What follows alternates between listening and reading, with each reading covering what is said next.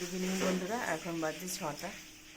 এই যে চা নিয়ে নিয়েছি 2 কাপ, আর সাথে আছে এই যে এই বিস্কুটগুলো, দারুণ লাগে খেতে।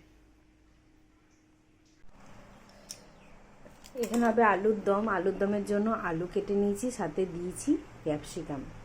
নিরামিষভাবে করব আলুর দমটা, তার জন্য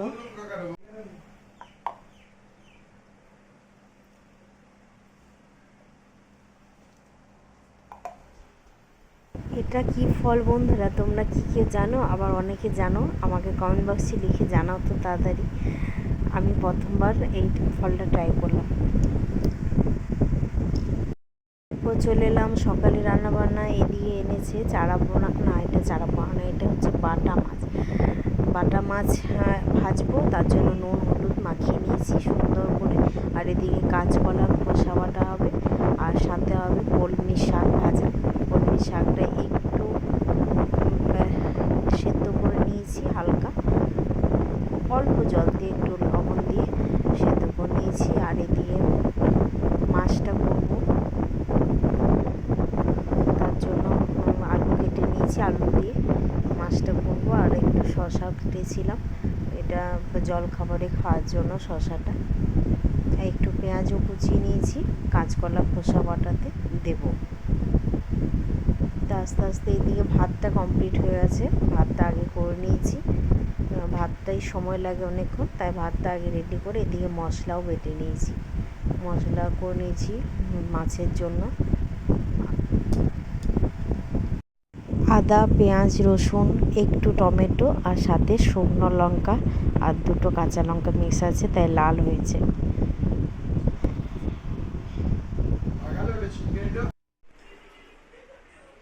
গুড আফটারনুন বন্ধুরা, আজকে দুপুরে কি রান্না বান্না করেছি চলো তোমাদেরকে দেখাই।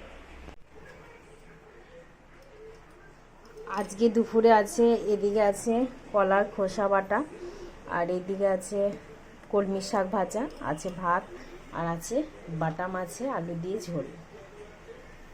ব্যাস সাজিয়ে নিয়েছি দুজনাকার ভাত, চলো খেয়ে নিই এবার। গুড ইভিনিং বন্ধুরা, আজকে রাত্রে বানাচ্ছি সুজির পোলাও। পোলাও বলতে পারো বা উপমা, অনেকে বলে এটা সুজির উপমা। তো আমি ফার্স্ট টাইম ট্রাই করছি, খুব ভালো লেগেছে, তো তোমাদেরকে রেসিপিটার জন্য শেয়ার করছি। আর এখানে আলু গাজর কেটে নিয়েছি, সাথে একটু কাজু কিশমিশও দেবো ওর জন্য।